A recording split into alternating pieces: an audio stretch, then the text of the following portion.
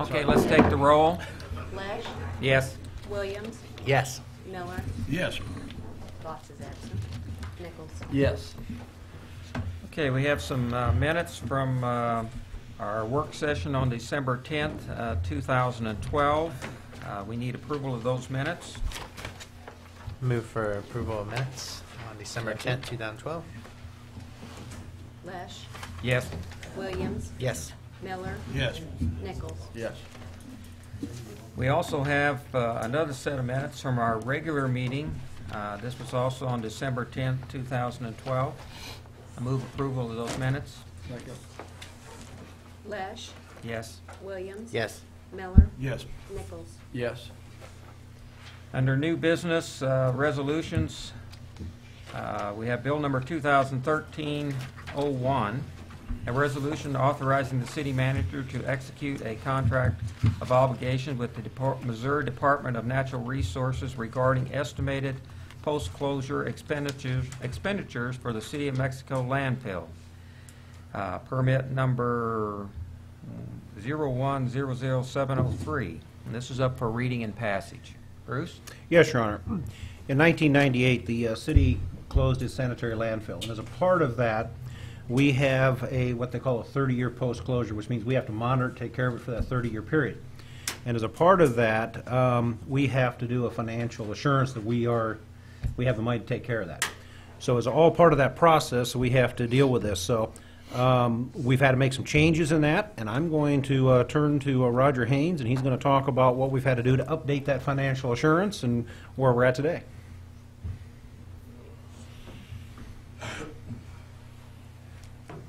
First of all, I do need to let council know that in my haste to get up here, rather than grabbing my council book, I grabbed the employee handbook.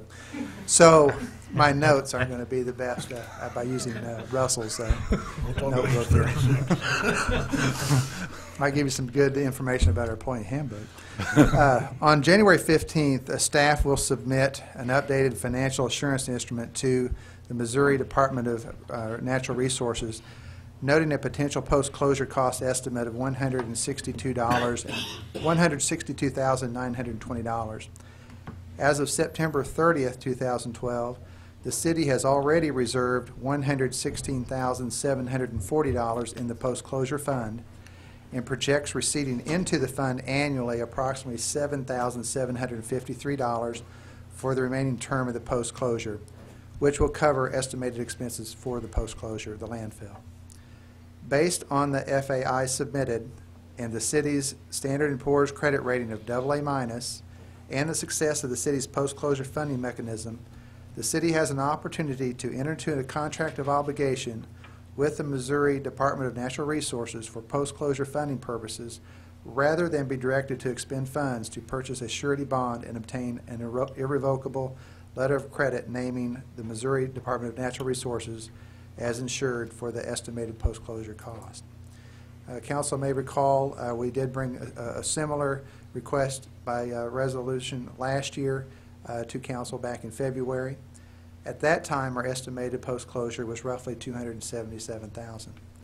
So there is more than $100,000 reduction in that estimated post-closure cost.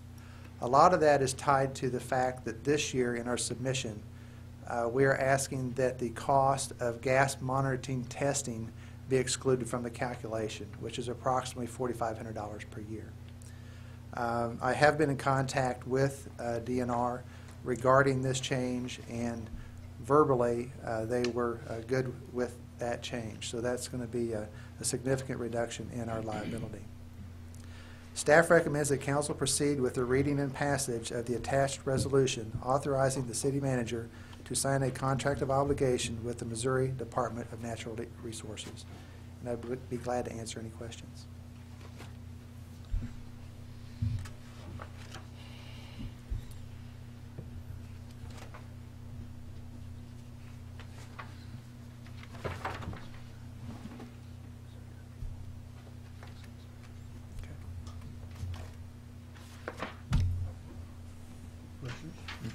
Okay, I'm going to go down and get my council book now. I'll be back. Okay, I move for reading of bill number 2013-01. Lesh, Yes. Williams. Yes. Miller, Yes. Nichols. Yes. Bill number 2013-01, a resolution authorizing the city manager to execute a contract of obligation with the Missouri Department of Natural Resources regarding estimated post-closure expenditures for the City of Mexico sanitary landfill. Whereas the City of Mexico closed its sanitary landfill in 1998 and began a 30-year post-closure process as required and regulated by the Missouri Department of Natural Resources. And whereas the City of Mexico prepares an estimate of annual and cumulative costs related to post-closure activities and submits the report to the Missouri Department of Natural Resources for approval. And whereas because of the success of the city's post-closure funding mechanism, the city has the opportunity to enter into a contract of obligation with the Missouri Department of Natural Resources for the post-closure funding purposes rather than expend resources to purchase insurance unnecessarily. And whereas it is necessary for the city manager to sign a contract of obligation with the Missouri Department of Natural Resources for the post-closure funding purposes. Now therefore be it resolved by the Council of the City of Mexico, Missouri as follows. Section 1, the city manager is hereby authorized to sign a contract of obligation with the Missouri Department of Natural Resources. Copy is attached hereto marked Exhibit A. Section 2, this resolution shall be in full force and effect from and after the time of its passage. I move for passage of Bill number 2013-01. Second. Lesh, Yes. Williams. Yes. Miller, Yes. Nichols. Yes. The next resolution we have is Bill number 2013-02, a resolution authorizing the city manager to sign a hangar lease with R&H Flying LLC. This is up for reading and passage. Bruce?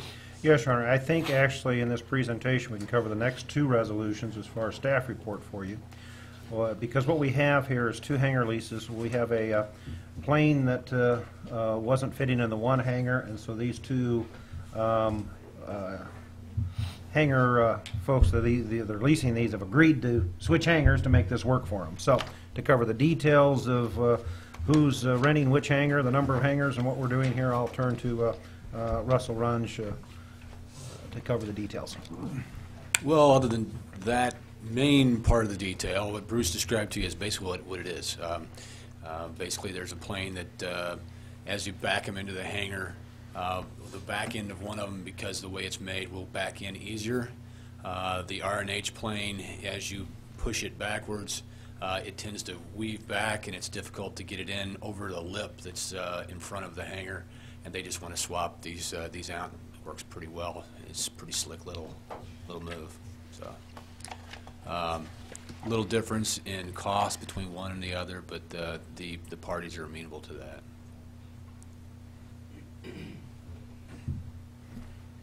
Any questions? Make a motion to read bill number 2013-2. Second. Lesh, Yes. Williams, Yes. Miller, Yes. Nichols. Yeah. Bill number 2013-2, a resolution authorizing the city manager to sign a hangar lease agreement with R&H Flying LLC. Whereas R&H Flying LLC has difficulty putting their plane in the current hangar and has asked David Taylor to switch hangars, and where David Taylor has agreed to switch hangars with R&H Flying LLC at the Mexico Memorial Airport, and whereas the Mexico Airport Advisory Board approves the switch and recommends that the council authorize the city manager to sign a hangar lease with R&H Flying LLC to make the hangar switch. Now therefore be it resolved by the council of the city of Mexico, Missouri as follows. Section 1, that the city manager be authorized to enter into a hangar lease agreement on behalf of the city of Mexico with R&H Flying LLC. A copy of the hangar lease is attached and marked as Exhibit A.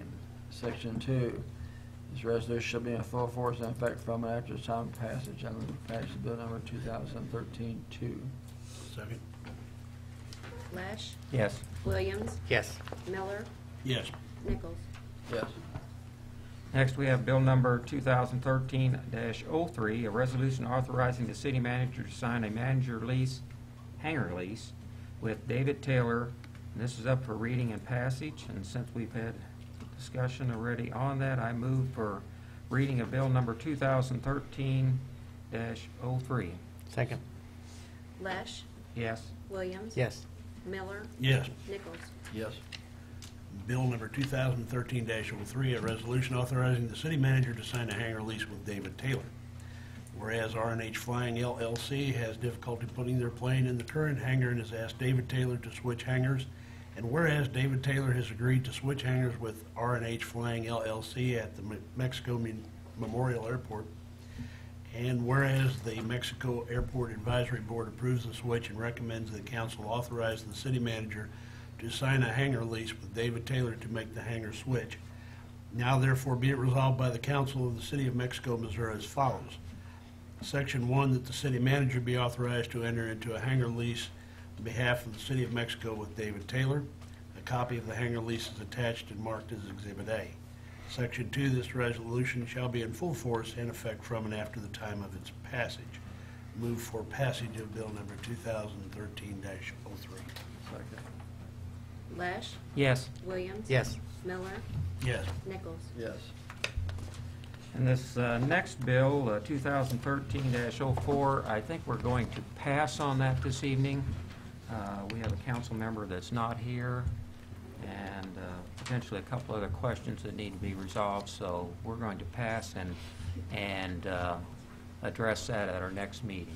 So, everyone good? Okay.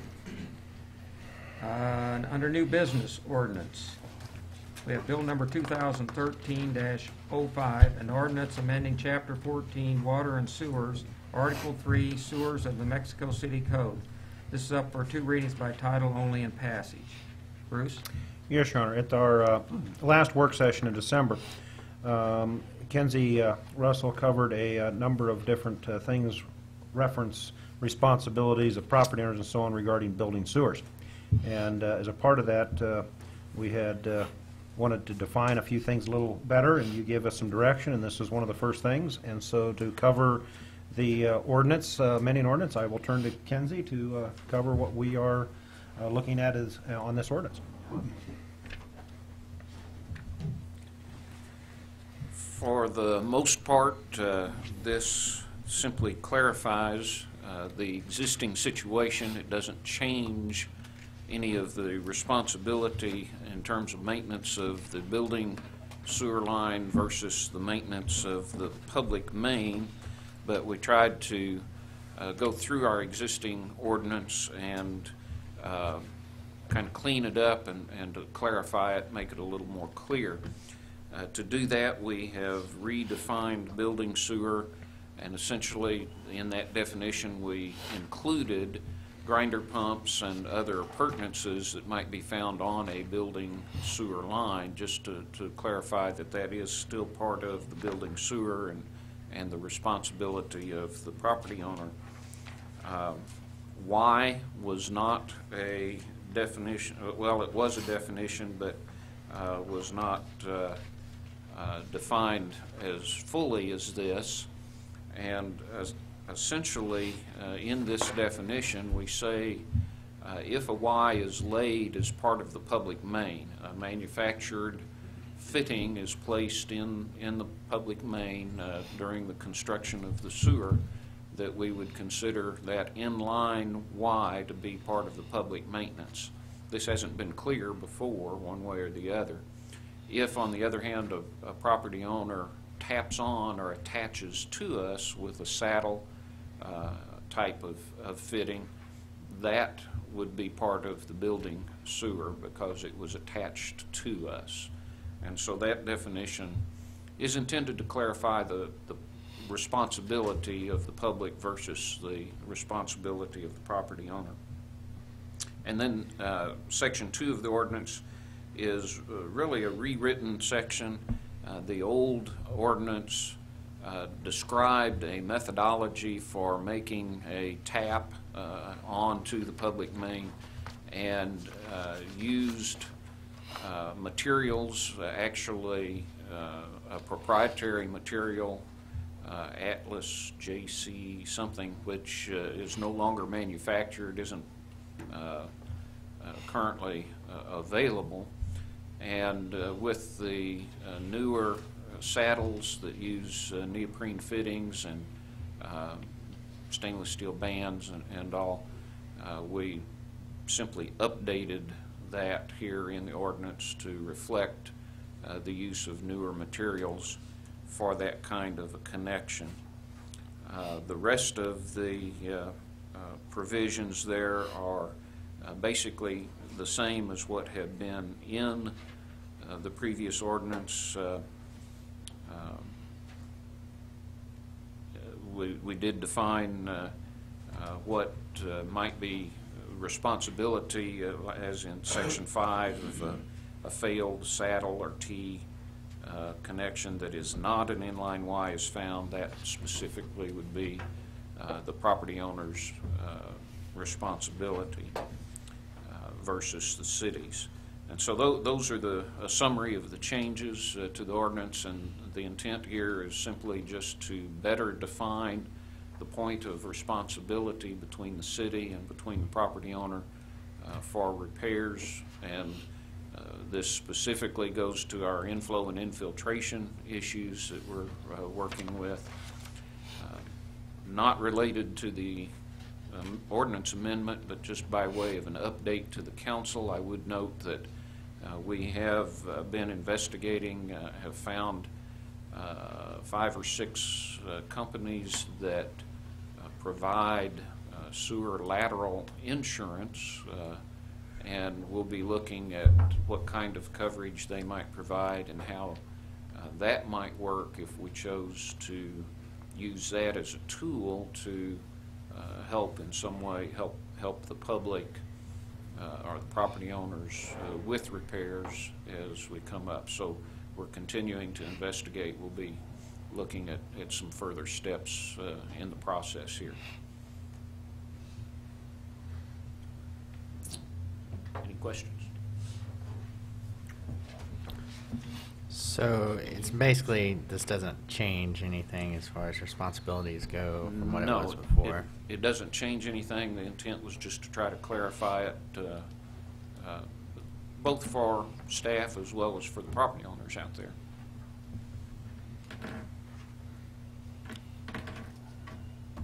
It's kind of the Y and the saddle, or the tap. That's kind of, aren't we kind of threading the needle there a little bit? I mean, I don't know. I'm kind of wondering about that. I mean, Both of them. Maybe I don't understand what a Y is. A Y is would be something where you'd have the pipe and then it just angles off like that. Is that Yes, right? it's a manufactured fitting. The piece of pipe is made with the fitting on it to allow a connection to the sewer. A saddle type of tap is a separate piece of pipe that's attached to the building sewer and then is attached to the public main. You have to drill a hole in the pipe in order to put the saddle in place. So one's manufactured, is usually laid in place when the main is constructed. The other is a fitting that is used to make an after-the-fact attachment. So let's say I was building a commercial building in town and I wanted to tap into the sewer. Could I use a Y? Yes, you could. But don't I have to cut the sewer then to put the Y in? You would have to cut it in order to put it in place, but that certainly would be one option that you could do. So I don't understand quite the difference. One, you're poking a hole in it in some way. The other way, you're cutting it. I mean, either way, it seems One like that. fitting actually is integral to the pipeline, to the sewer pipeline, public main. The other is an attachment to it and is not integral with it. That's really the only difference there. They both connect the building to the public main, but in one case, the Y is manufactured in place and is actually integral with the main, while the other is an attachment to it. Do we supervise both of them when you do put them in? We do. We being the sewer department? Yes, an inspection is done either by the building code inspector or by one of the sewer department supervisors, depending on which one's available. We try to work together on that just so we don't hold up contractors out there in the field. I don't know, just, would you like to make a comment on that? Well, I've got a question. How many Ys would we have in this town versus how many saddles? In other words, I can see Ys when the new sewer line is laid. And the new sewer line is being attached to the old property sewer. But for the most part, it's the opposite way around. Almost all new development, well, in fact, our subdivision ordinance requires that a Y be provided for each lot. And so new subdivision development, new construction would have inline Ys. That has been a requirement and for some time, and so there are quite a few Ys that are built into our line throughout town. I don't know that I could provide a number necessarily. Where you have redevelopment or infill type development, or perhaps where an older house has been torn down and the sewer plugged and a new house property owner wants to come out from the west side instead of the east side of the house or something, they will sometimes request to make a saddle connection rather than using an in-place Y. Sometimes an in-place Y is not available. They could make, as you mentioned, Mr. Mayor, a connection with either an inline Y if they wanted to cut the line and put one in place, or with a saddle. There would be a choice that they could make there. But historically, this is the way we've operated. I won't say that throughout the entire city's history, because we have older sewer lines that have a lot of saddle-type taps on them. But for probably at least the last, I would venture to say 30 years and maybe more since you've had a subdivision ordinance, we've had Ys that were built into the sewer line for each lot. The reason I ask that question is that I've probably tapped in the sewers 12 or 13 times in the last 15 years. But they've always been the saddles. Of course, now that's the older section of town, you know. And I can see the logic to all this because the Ys would be placed by the contractor under the city's auspices for the line. The saddles are the homeowner, the plumber, doing that. That's why I asked that question. Okay. Thank you.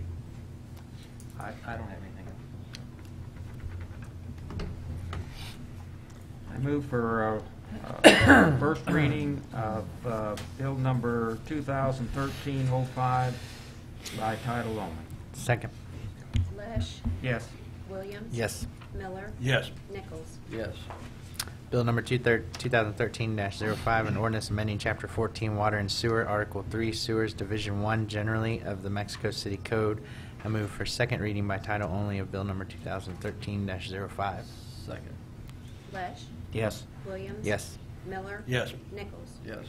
Bill number 2013-05, an ordinance amending Chapter 14 Water and Sewer, Article 3 Sewers, Division 1 generally of the Mexico City Code. I move for passage of bill number 2013-05. Lesh, Yes. Williams. Yes. Miller. Yes. Nichols. Yes. Okay. Bill number 2013-06, an ordinance to maintain business license taxes as currently stated in Chapter 6 Licenses, Occupation Taxes, and Business Regulations. Article 7, Electric, Gas, and Water Companies, Section 6, 179, 2 and 3 in the Code of the City of Mexico. This is up for two readings by title only and passage. Bruce? Yes, Your Honor. This ordinance is in response to the Public Services Commission's recent approval of the rate increase for Ameren in their electric rates. And to cover the details, we'll turn to Roger Haynes.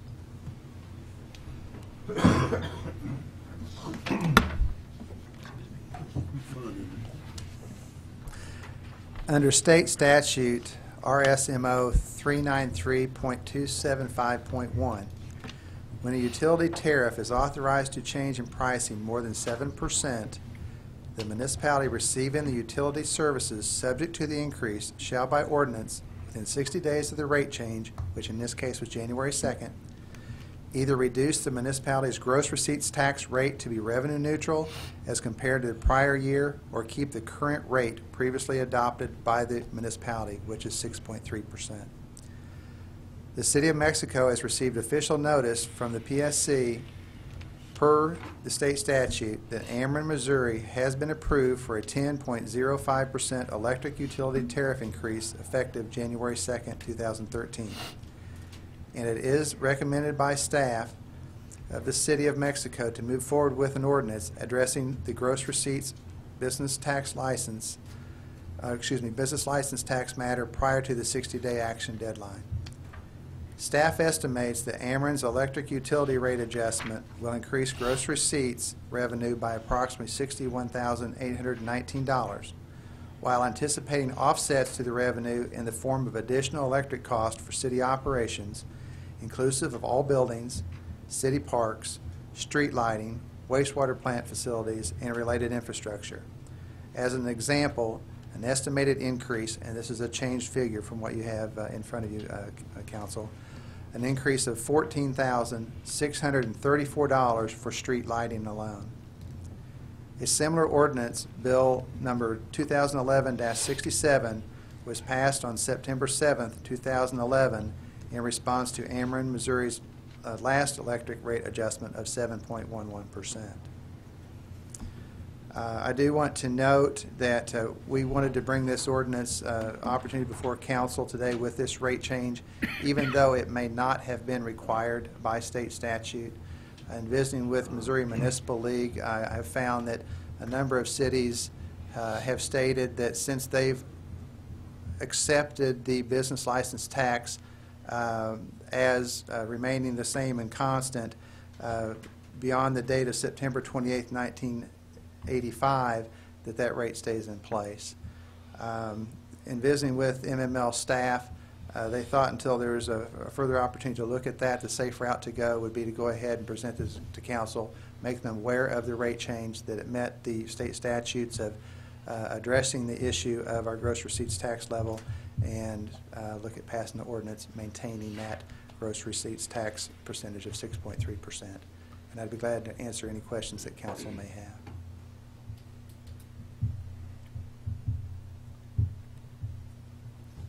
I just wish that meant that they wouldn't raise it unless we signed it, but I guess they'll raise it anyway, won't they?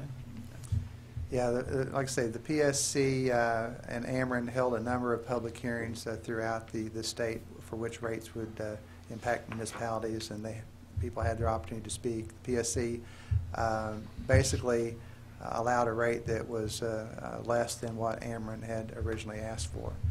That is a good comment. We do have our opportunity to speak at those open sessions, forums.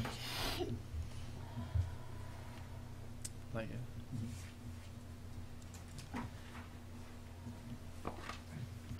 Okay, thank you. Thank you. Move for reading of, first reading of Bill number 2013-06 by title only. Second. Lesh, Yes. Williams. Yes. Miller, Nichols. Yes. An ordinance to maintain business license taxes as currently stated in Chapter 6, License, Occupation, Taxes, and Business Regulations, Article 7, Electric, Gas, and Water Company, Sections 6 through 179, 2 and 3 in the Code of the City of Mexico, Missouri. Move for second reading. Bill number 2013-6. Second. Lesh, Yes. Williams. Yes. Miller, Yes. Nichols. Yes. Bill number 2013-6, ordinance to maintain business license taxes as currently stated in Chapter 6, License, Occupation, Taxes, and Business Regulations, Article 7, Electric, Gas, and Water Company, Sections 6 through 179, 2 and 3 in the Code of the City of Mexico, Missouri. Move for passage of bill number 2013-6. Second. Lesh, Yes. Williams. Yes. Miller, Yes. Nichols. Yes. Okay, under other business this evening, we have a staff report, purchase of 3 patrol vehicles for the Department of Public Safety. Bruce? Yes, Your Honor. As part of the budget, we did budget for 3 patrol vehicles to be replaced. We're bringing in 3, replacing 3. Now, the issue is that we're taking one of these vehicles, as you remember, and we're moving it to the wastewater department instead of going outside and buying another one. So we're going to take, in essence, the best of the ones coming off the road and keep it in the city in another department. And then the other one is going to replace the vehicle that is out to the airport, which is a 1999 Ford Crown Vic. And so then the Crown Vic will get traded in, and then one of the Impalas that we currently have with over 100,000 miles on. So in essence, we're keeping the best of the 2 in the fleet and moving them to other areas and trading in 2 of the vehicles then as a part of this. So to cover the bids and what we had received, I will turn to Chief Rocket.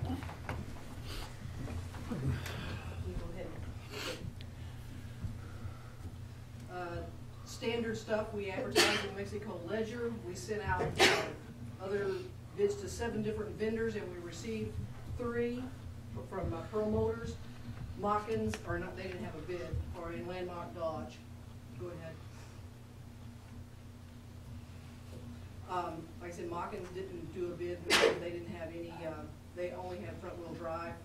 Pearl Motors, this was their numbers here for the 3 cars on the Caprice. The Caprice, we had one of those from last year.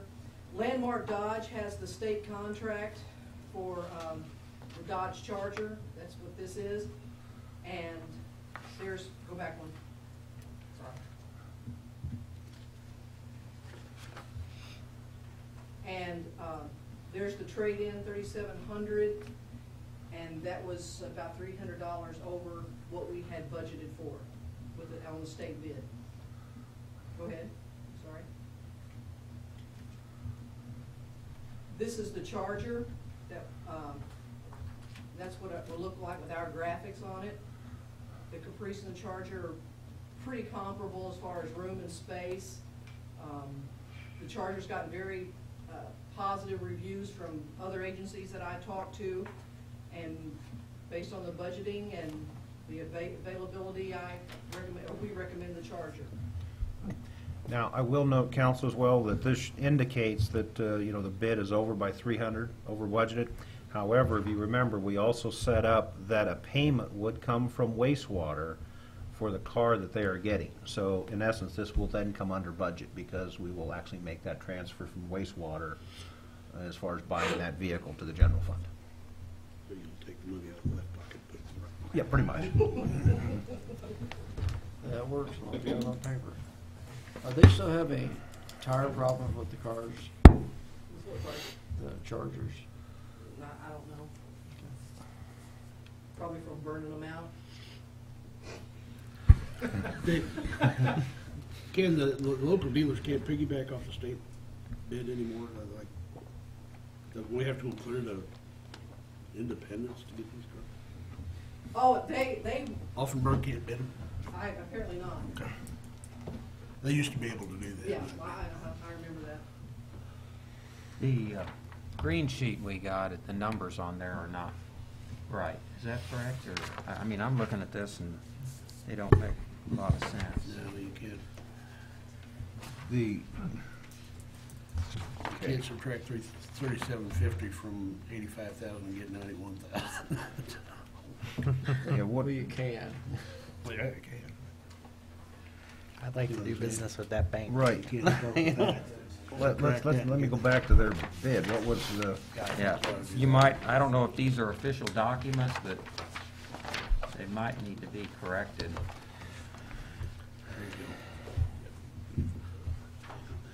right, you're right, I think that is an error. I think the total base bid, total price was actually $94,941.24.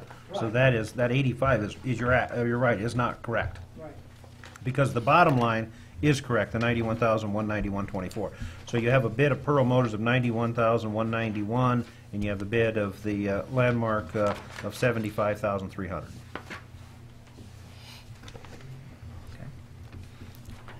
What would, such a huge difference in cost. I mean, are they both coming fully equipped exactly the same, or is one doing more to their car versus That's the just other? the difference between the state bid prices, state bid pricing, as opposed to off the lot. And I guess this would be a good time as any is to ask is, you know, I've noticed, you know, and I've said something to Bruce is, do we need 3 more cars? Because just like tonight, there's 6 sitting there, right down in your parking lot. That should, And yeah, we've got this time. when I pulled in at 5:30. We So, have, I mean, I guess my question is, I mean, and I see that consistently, like lots of cars sitting there, lots of cars sitting there. And so my question is, do we spend the $25,000 for another new car?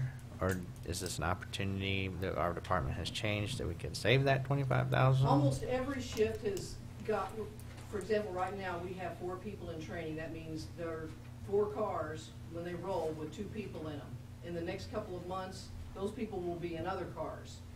And so I think that it will look like there will be more cars being off the parking lot when we get everybody up and rolling. So that's one reason why some of these are doubled up. A car goes down, is in disrepair, you know, that's another reason why that we've gotta keep cars rolling. And, they come here and do reports, they have to come here and interview people, you know, there's gonna be cars in the parking lot, they won't all constantly be out on the road. Well, how many But marked cars do They're we? not sitting idle. But how many marked cars do we have? I wanna say 8 or 6. Gosh, I can't remember, I have to stop and think, to count 'em. There's the Tahoe, the Caprice, and the school resource officer has a car that's marked, I'm thinking of the marked ones. And that leaves 3 or 4 that are available. I'm not really sure what the number is right now. And we can keep those old ones that we're getting ready to trade running. I should have put that in there, I'm glad you asked that.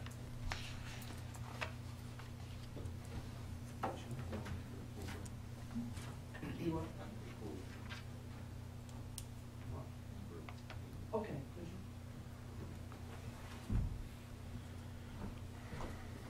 But yes, we do need the cars, and it does keep the life cycle going, and to keep them up and running. Like, the ones we're trading all have a lot of miles on them. And so they're gonna age out pretty rapidly. I'm asking because it's just consistently I see them there. So I'm trying to figure out, I mean, it's gotta be one of 2 things. Either I don't have the same amount of officers, either I don't have officers on the road, or I got too many cars. It can't be both, because they're sitting there constantly. Last night when I went down the road, there was 6 cars there. When I pulled up today, there's 6 cars there, not doing anything. So, you know, and $25,000, and here we are. So they're gonna be on a shift change about the time that you come in. And like I said, you know, they do have to come in, and this is where they are coming in to write reports and do interviews and meet with people and stuff like that. So the cars are gonna be coming and going, they won't all be off the parking lot all the time. How many, I guess a good question, and maybe we can get some information, how many miles are we putting on these cars a year? Like, compare the last 3 years and see what, You will look on the low end, 24,000, on the high end, in the $33,000 to $34,000 range. mileage per year? Per year. Yeah, right, yeah. On miles, each one. Excuse me, yeah, miles each one, yeah. So the 3 to 4 years, you're at 100,000 miles plus. Okay. Well, I'd be curious to see what we're doing with that, because I mean, it's hard for me to bite that when there's so many cars just sitting there day after day. And it's not just here and there. I mean, I come by here a lot. I live right down the road, so, and I've mentioned it several times. So, It might be well in the future if, when we purchase cars, or go to purchase cars, if the council could be provided with an accounting of the cars that we have, how they're assigned, and what mileage is on them. I think that would help us in our deliberations as to what the needs would be as far as replacement. We used to do that, Roger, you remember, years ago, and I think it was helpful to the council then. And I think it might be, again, if we could just say that we have car number such is assigned to the lieutenant's. It's a marked car and it has this many miles on it. It's this model of car. That would give us a kind of a thumbnail picture of what we have out here and how they're being utilized. In anticipation We know the of mileage of the that cars we're bill. trading in. Right. That's covered in there, yes. Yeah. But one of them is from the airport, right? Well, Right. okay. But the Yeah. ones that, So, I say trading in, I mean rolling out from underneath us. okay. This is certified state. Okay. Just that it's a- Oh, this doesn't have a line New car?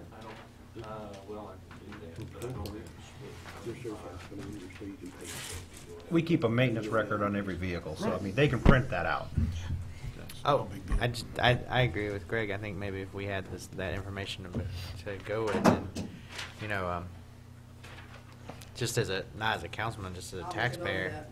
you know, I come by and I see all these cars sitting there, and then you want to buy 3 brand new Chargers. I'm like, what's wrong with all the cars that are just sitting in the parking lot right now?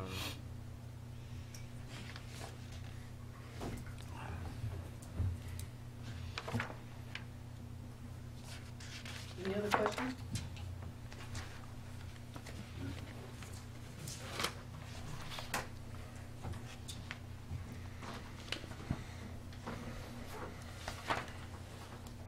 It's your pleasure. I move we purchase 3 vehicles from Landmark Dodge, $75,300.71. Second? Lesh, Yes. Williams. Yes. Miller, Yes. Nichols. Yes. Next, we have a staff report, purchase of ballistic vests for the Department of Public Safety. Bruce? Yeah, Sharon, we budgeted $25,000 for the purchase of vests for the department. One of the things that we were very made sure of, and that we got the opportunity to bring these vests in, because this is a personal protective piece of, I guess you'd call it, I don't know, clothing, I don't know what you'd call it, really, at least an item anyway, and the part of the uniform, and we want to make sure that we had the input from the officers as far as comfort and availability. I mean, they are wearing them 12 hours a day and in and out of the cars, and so we wanted certainly to get their input and have input provided to us based on what they felt was a good vest for them, and that's what they've done. And so as that's part of the recommendation in what we're purchasing, and again, to cover the details of the vests, what they looked at, and the prices, I will turn to Chief Rocket again. Okay, you can go ahead and click it. Current vests, I brought one in to show you what I'm talking about as we go through that. These were originally elastic, that's how stretched out they are. Elastic stretches out. The majority of the vests that we're wearing now were purchased in 2007. 21 out of the 30 are still in service. 10 of these are still being worn by the original recipient, who is possibly not the original size. That's a good way of putting it. A couple of the vests are from 2005. And this is just wear and tear. This is just from having it on all the time. The elastic gives away. Some of these are starting to roll up, and you can feel how that happens in there. So they're rolling and just showing extreme wear and are past their prime. As noted, the benefits of the vest are, of course, from firearms, from blunt force trauma, a certain degree of protection from edged weapons, and even in traffic crashes. So it's a very necessary and viable part of our equipment. In 2007, we spent $325 on the vests, and that was this American Body Armor. In 2013, it'll be over $500 for a comparable vest. We have $25,000 in our current budget for vest purchase. I wrote a grant, and we got the $10,000 with a $960 required match. So we got the $8,000 plus from the local law enforcement block grant to help with that. Here are the bids that we received: Ed Rohr, AVA Extreme, Leon's, the Safari Land. Alamar Uniforms had 3 choices right here that we looked at. We put them all out and let everybody look at them for a couple of weeks, try them on, see what they thought about them. I kind of collected everybody's thoughts on what they liked the best and what they thought was best suited for them. And the vast majority picked the AVA Extreme, this one right here. And the recommendations that go with this is the fact that it is, of course, NIJ compliant, which is bottom line for us getting our grant. Of the 5 vests that we look at, this was the only one that was gender specific, which makes a huge difference. And they're very light and comfortable. They all come with 2 carriers, which is something that none of the other vests did. And it was definitely the overwhelming choice of all the officers was this AVA. So that's our recommendation on the vests, if anybody's got any questions. What's a carrier? I'm sorry, the carrier is this outside part that you see, and then it has inside, which now they zipper them, they used to Velcro them, but it's just a panel, it's just a solid, hard panel on the inside. And so the carriers are the weak link, and they're the part that wears out, and this is the panel that is actually the ballistic part. So 2 carriers definitely extends the life of the vest in total. Thank you. You definitely can't cut corners on that. No. No, and especially if everybody's been very pleased with the way this one was. So that makes a big difference to me. I like to get everybody's input. You know, they're the ones who are gonna have to wear them and get them what they'll wear. It doesn't do anybody a damn bit of good to put them home in the closet. And, you know, it seems kind of generic to someone looking on the outside, but when we had all of them together, you could really see they were not subtle differences in the different types. So that's something to consider as well. I guess they make several sizes. So, But your carrier's what comes in the sizes, basically. The material's the same. Well, I want to thank you for getting the officers' input into that. I think that's important. Thank you. I have one question for Roger, my friend Roger. Have we just started some kind of sinking fund to get these? And this is like the 3rd thing that have come since I've been up here for just a couple of years that we're having to like replace the whole thing at once because we're not replacing gradually. And I know we talked about doing a sinking fund to do that, but I don't know if we've actually started that or not. Well, on something like this, if you, and typically we bought these in bulk to outfit the whole squad, you want to make sure that when you change those out, you're changing them out at the same time so that someone has a 4-year-old vest and another person has a 7-year-old vest, so that there's certain standards and Chief can certainly interject, there's certain standards as far as rotation of safety equipment like this. We just discussed today the fact of like a fund that the council had mentioned earlier for setting up monies annually, like for a fire engine or something like that. So we will certainly look at those large purchase items as far as setting money back in the future, so that we don't get swallowed with a large amount of expenditures. I was curious because like one of the first things when I got on council I was hit with was we had to replace everybody's bunker gear. And I was like, what? All at 1 year? So I just want to make sure sounds like you guys are looking at that, so. Your Honor, I move that we make the purchase of the vest from Ed Rohr Safety Products in St. Louis, Missouri for a total of $18,183.20. Second. Lesh, Yes. Williams, Yes. Miller, Yes. Nichols. yes. Next, we have a staff report on the purchase of firearms for the Department of Public Safety. Bruce? Yes, Your Honor. As a part of this budget, we did allow for upgrade of firearms.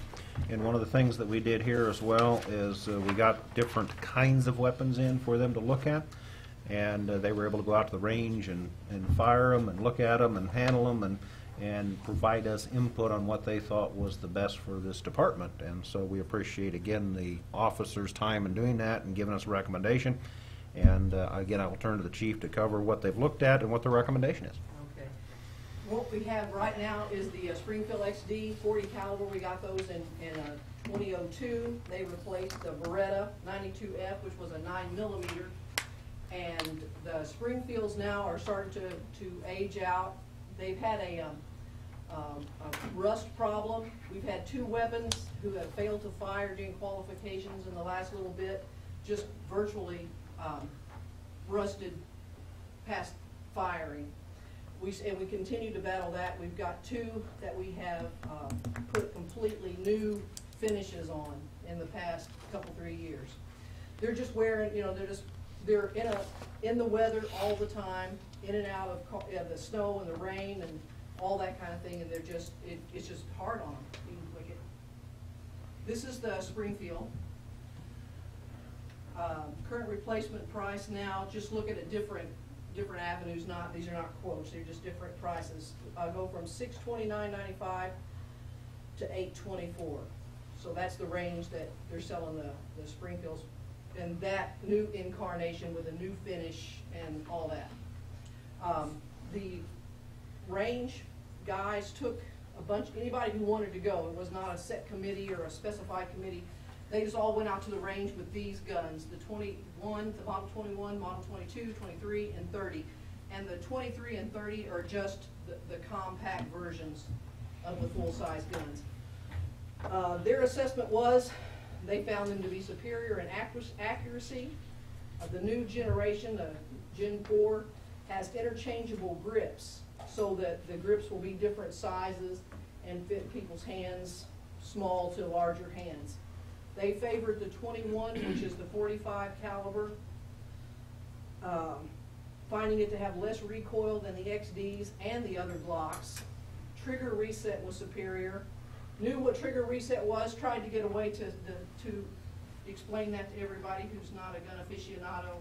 It's just the fact that the trigger is pulled and released to fire the second time, and they thought that they found that the 45, the trigger reset was quicker and allowed them to make quicker and more accurate follow-up shots. This is what Glock has to say about Glock. For its accuracy and light recoil, stopping power, the 10 or 13 round capacity magazine. It talks about the modular backstrap that customizes to the grip of the individual shooter's hand size. The surface, it has a new texture on the grips of the guns. Recoil spring assemblies, increase the life of the system. Back in the day, that was a weak spot. And you know, it's right or left-handed. For right or left-handed people, it's an ambidextrous gun, and that's what they use to sell it. The budget calls for $62.55, and that request was based on the quote I got in June of 2012. And when the approximate cost at that time was $469, the approximate bid now is $505, and this is with trading our guns in for $290. Our bid requirements were the Gen 4, 45, night sights, 3-round magazines, and to trade in the Springfields. 2 companies bid, Arms Concierge from Springfield and GT Distributors, and they have the like the law enforcement bid from GT. You can click it. They came back with $674 for the guns, or $659 depending on which version we got. $150 for shipping and handling.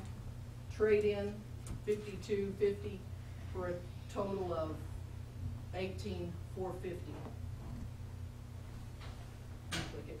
GT Distributors, $505, $505, $10,000 plus for the trade-in, for a grand total of $75.25. That was the difference in the two bids. Click it. Glock has got 70% of the law enforcement market, 80% of Missouri. The holsters and all the tactical equipment are interchangeable on whatever model that you have.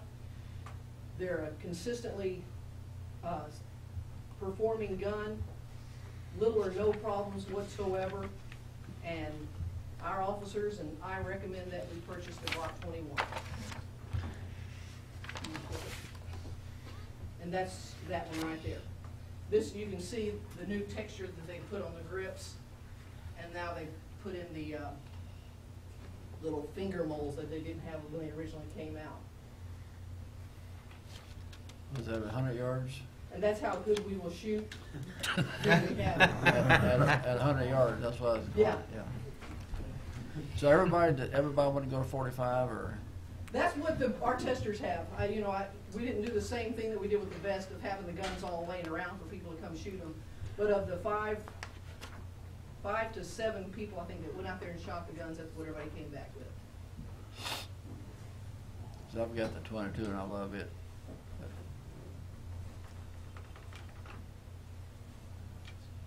They're a good gun. Yeah.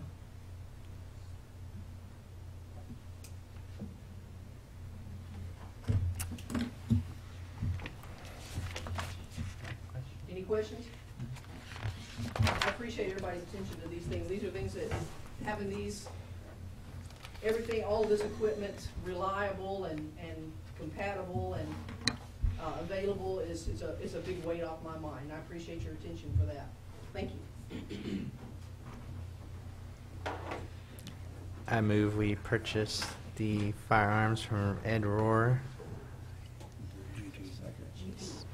Lesh, Yes. Williams, Yes. Miller, Yes. Nichols. Yes. Okay, now we have the claims. I move we pay the bills. Second. Lesh, Yes. Williams. Yes. Miller. Yes. Nichols. Yes. Okay, council comments. Councilman Williams.